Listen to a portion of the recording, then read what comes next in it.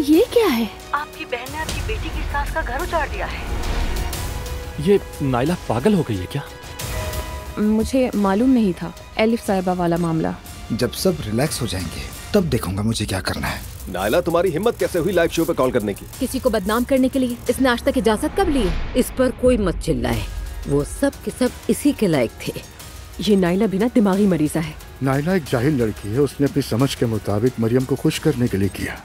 तुम शादी करोगे मुझसे?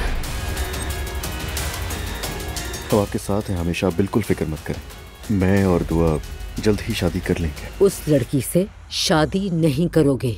मैं नहीं चाहती कि जवेरिया उन औरतों के बीच में पलकर बड़ी हो। माफ करना, मुझे भी हक है अपनी जिंदगी अपनी मर्जी से गुजारने का। अगर उस पर दिल आ गया था तो वक्त गुजार लेते, लेकिन तलाक का क्या मतलब है? मैं जानता हूँ ये हकीकत नहीं है, तुम्हें लेने आया हूँ मैं। अंकल, बचने के इम्कानात बहुत ही कम हैं।